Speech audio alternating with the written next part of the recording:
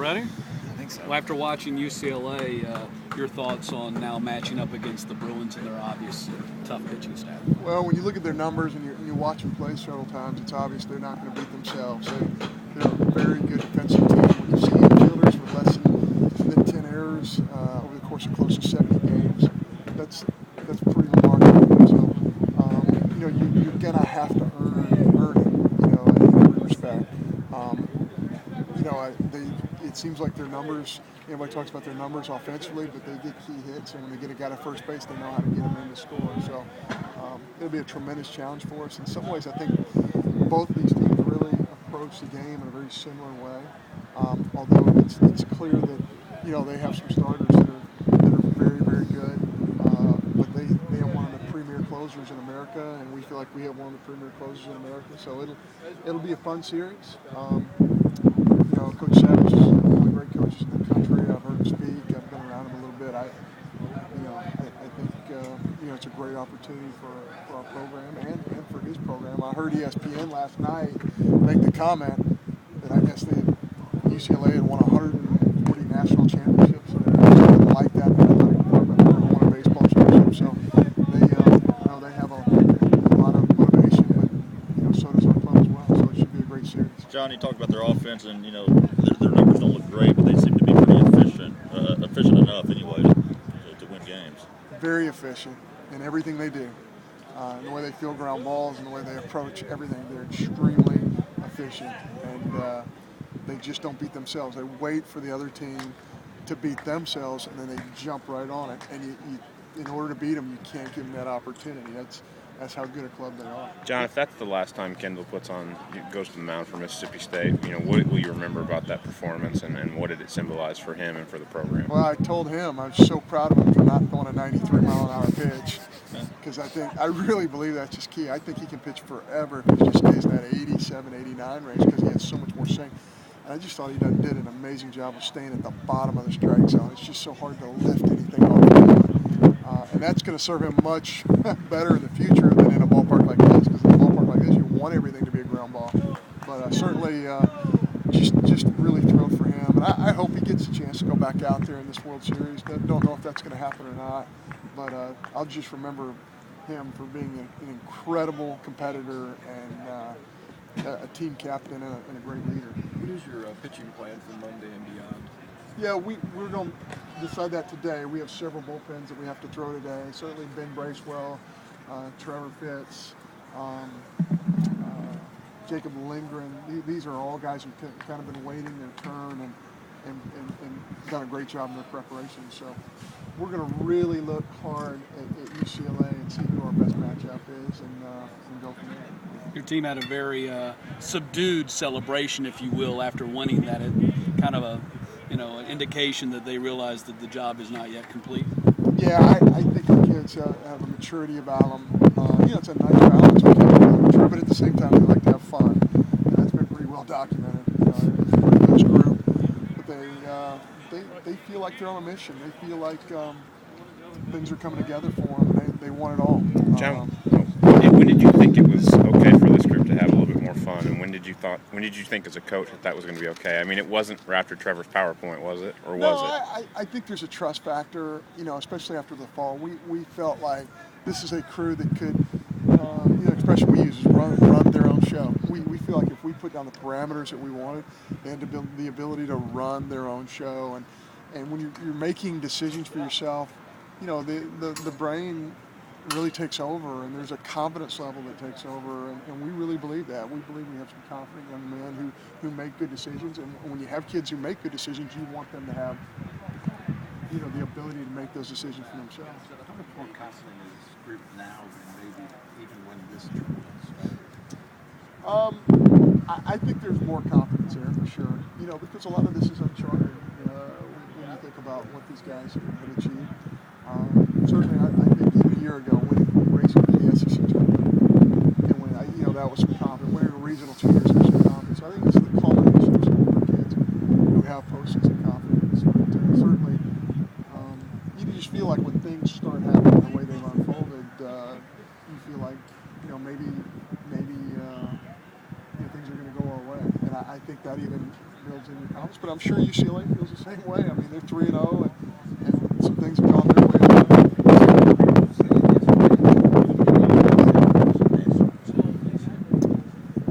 When you get this close, do you want them thinking about that, or do you want them thinking this is just E3? Yeah, certainly. What I want them thinking about right now is practice.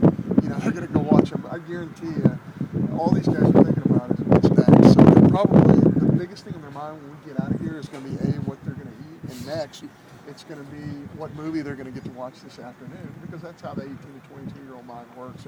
And for quite frankly, that's how you want it to work, because you don't want them to think beyond that. But certainly they put themselves in that position, but there's no doubt in my mind they want more than just being in that position. They want to seize the moment. Speaking of movies, maybe have a team viewing of Spinal Tap today to educate them. I would love that. I don't know if they would get it.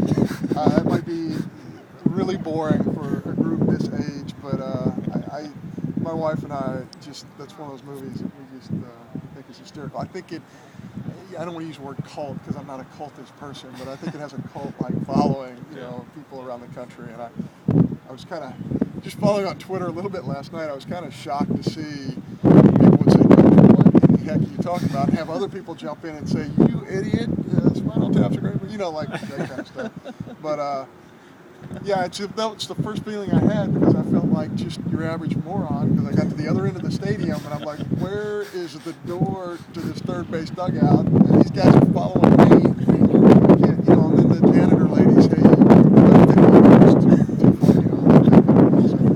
John, have you heard from some of the past Mississippi State greats? It just sent you one yesterday, and what's been their message to you? Oh yeah, Will Clark's, Rafael Palmeiro's, the Bobby Thigpens, the Jeff Brantleys, the Pete Youngs, who I think is one of the greatest who ever played in our program.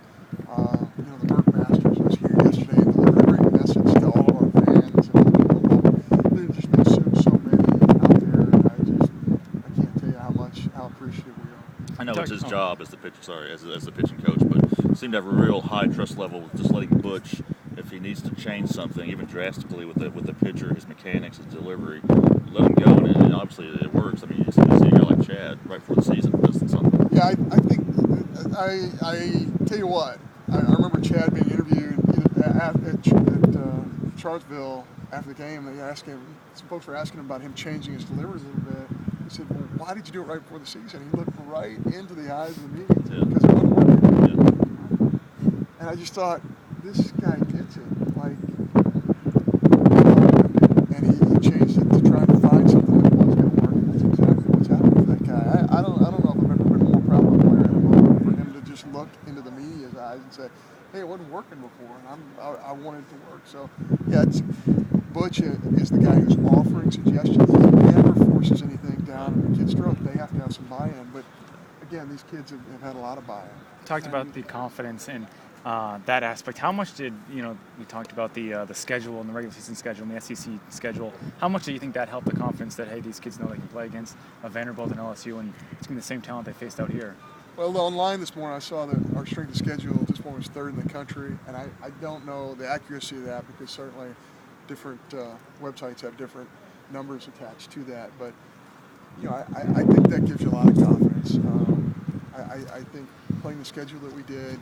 You look at a Central Arkansas and you say, if you're not a huge college baseball fan, you go, who are they? Well, they're a 40-win club that's pretty darn good. And, you look at all the teams that we played. I think it's a pretty solid schedule, and I think there is some confidence to be derived from playing the best of the best. John, you talk about it all the time, but you've got younger kids right now that are kind of waiting their turn. I'm thinking about Matthew Britton, your Canadian kids that just haven't gotten the opportunity. But do you suspect big things for them later on just because of what they've seen out of an Adam Frazier and a C.T. Bradford? No question, because what we're experiencing right now is a result of kids who experienced winning a regional at Georgia Tech 2 years ago, or some young players who experienced winning an SEC tournament a year ago. These things build upon themselves, and there's no accident why you see the Oregon States or the North Carolinas, they keep coming up big in postseason, because their young players keep getting to experience the prize. They keep getting to experience, oh, I see what this guy's doing. you know, coaches do create a format for success, and they're very involved in the process. But nothing is bigger than having a role model on your team who is a player. And we have tons of role models who are players on this ball club. John, you've talked about kind of your unorthodox style, how you go about getting to this point. If you're fortunate enough to pull this thing off, do you think it changes the way some other coaches might think about together as a Well, baseball coaches are essentially thieves. All we do is steal ideas from other people. It might be big leaguers, it might be other college coaches, but certainly all of my ideas are derived from, you know, what I've seen from other successful people. You know, certainly what Ray did at South Carolina with his bullpen, the way he mixed and matched, you know, I thought it was brilliant. And I immediately, Butch and I are saying, this is what we want to do.